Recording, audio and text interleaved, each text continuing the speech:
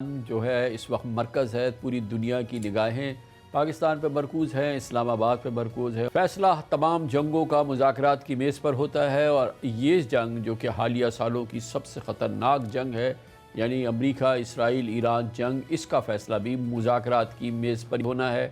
بہرحال اس سال کی کیفیت، اس جنگ کی کیفیت یہ ہے کہ یہ جنگ اور اس کا فیصلہ جو ہے وہ تو لڑی گئی ایران سے لے کے اسرائیل اور امریکہ اور مشرق وسطیٰ کے دوسرے علاقوں تک، لیکن اس کا فیصلہ ہوگا اسلام آباد میں، پاکستان کی سربراہی میں، پاکستان کی میڈییشن میں۔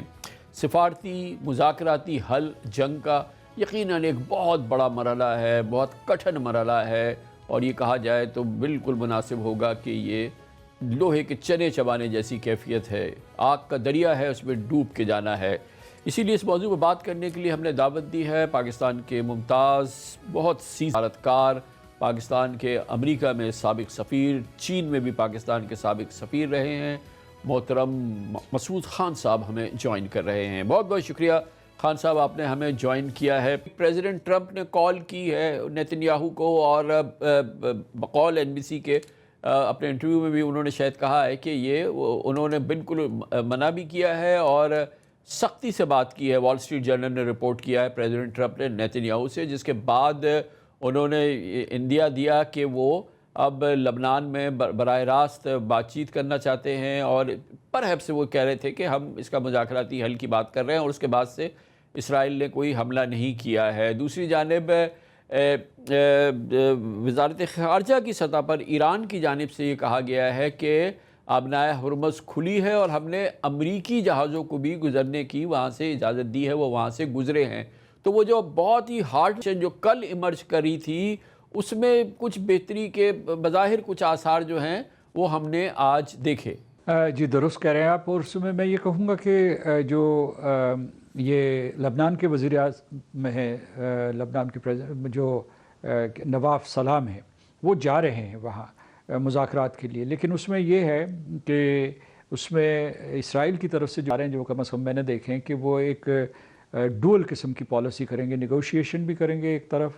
اور دوسری طرف جو ہے وہ حملے بھی جاری رکھیں گے، اور کچھ حملے جو ہے آج بھی ہوئے ہیں۔ خیر یہ اکا دکا حملے جو ہے یہ ہوتے رہیں گے، ابھی جو لیٹسٹ خبریں بھی تھی اس میں کچھ حملے ہوئے ہیں۔ اور دوسرا یہ ہے کہ جو ایران جو ہے اس نے ایک طریقے سے جو تھوڑی سی عارضی بندشیں لگائی تھیں آبنائے ہرموز پہ، وہ یہ جو اسرائیل نے لبنان میں کارروائی کی ہے اس کے رد عمل کے طور پر کی تھی، یعنی وہ ان کے لیے ان کی طرح حتمی پابندی نہیں تھی، اور یقیناً اگر جو ان کو کوئی مثبت سگنل وہاں سے ملتا ہے تو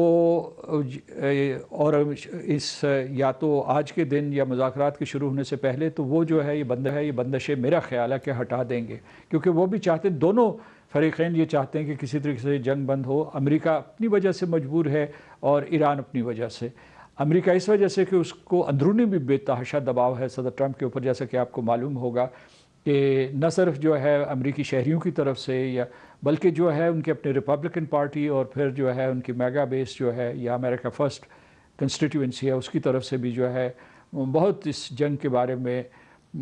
شکوک و شبہات کا اظہار کیا جا رہا ہے، کہ یہ سوال اٹھایا گیا ہے، یہ وہاں ایک بہت بڑا عام موضوع بن گیا ہے سوک سوسائٹی میں کہ اس جنگ سے امریکہ کو کیا فائدہ ہوا۔ اسی طریقے سے ایران جس تباہی کا آپ نے ذکر کیا، اس کی وجہ سے چاہ رہا ہوگا کہ کوئی ایسا راستہ ملے، کوئی آف ریمپ، کوئی ایکسٹ ریمپ ملے تاکہ وہ تعمیر نو کا کام شروع کر سکیں۔ لیکن اب جب مذاکرات شروع ہو رہے ہیں تو ہمیں اندازہ ہے یہ کہ بے پناہ چاہتا ہے امریکہ اور پریزیڈنٹ ٹرمپ بھی کہ فوری جلد از جلد امن ہو، اس مسئلے کا حل نکلے، خاص طور پر پریزیڈنٹ ٹرمپ۔ اور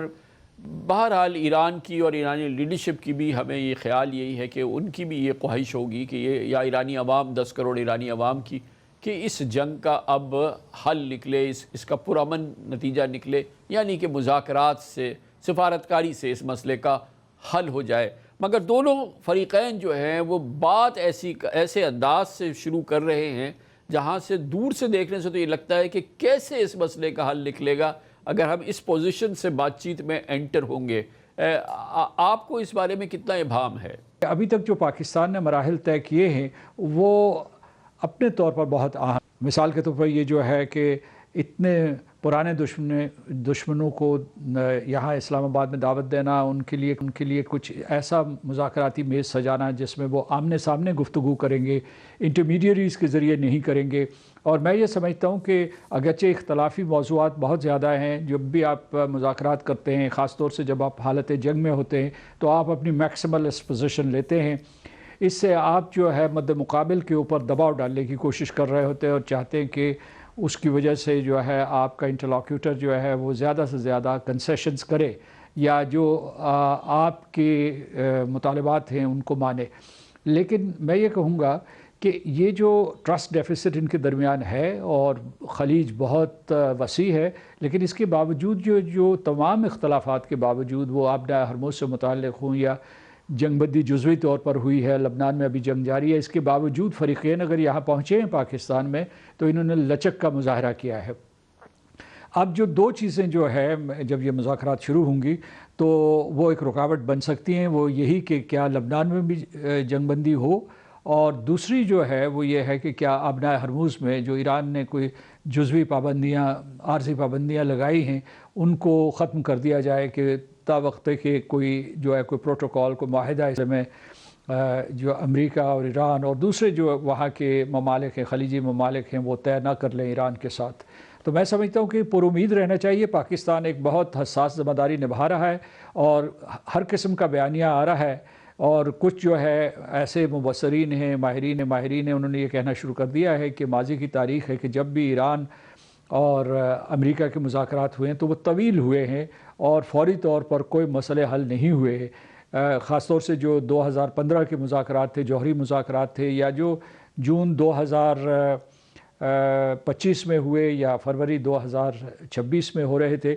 تو یہ ان کے کئی دور چلتے ہیں۔ لیکن میں سمجھتا ہوں کہ اگر 3-4 چیزیں یہ مذاکرات حاصل کر لیں، یعنی مطلب ہے کہ جنگ بندی کو توسیع دے دیں کہ یہ 14 دن کے لیے جنگ ہے، اسے جو ہے مزید اس کو توسیع مل جائے۔ دوسرا یہ ہے کہ کوئی لبنان میں جنگ بندی ہو جائے، اور کیونکہ امریکہ اس سلسلے میں کوشش کر رہا ہے، اور لبنان کے وزیر اعظم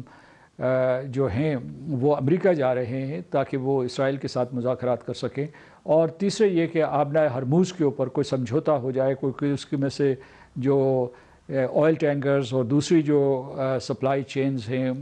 ان کی آمد و رفت کو بحال کر دیا جائے، تو یہ بھی بہت بڑی کامیابی ہوگی۔ اور اس کے ساتھ ہی میں سمجھتا ہوں کہ اگلا مرحلہ یہ ہوگا کہ یہ جو مذاکراتی ٹیمز ہیں یا دونوں طرف کے جو قائدین آئے ہیں، یہ کوئی ایسا میکینزم بنائیں، فالو اپ میکینزم یا میکینزمز بنائیں جس کے ذریعے جو پیچیدہ مسائل ہیں جوہری پروگرام سے متعلق، یا دوسرے جو ہے جو ایران کی بیلسٹک استعداد ہے، یا ان کے جو اعتراضات ہیں کہ جو ایران کے علاقائی حلیف ہیں ان کے بارے میں کیا حل ڈھونڈا جائے، اس کے بارے میں جو ہے فالو اپ میکینزمز ہونے چاہیے۔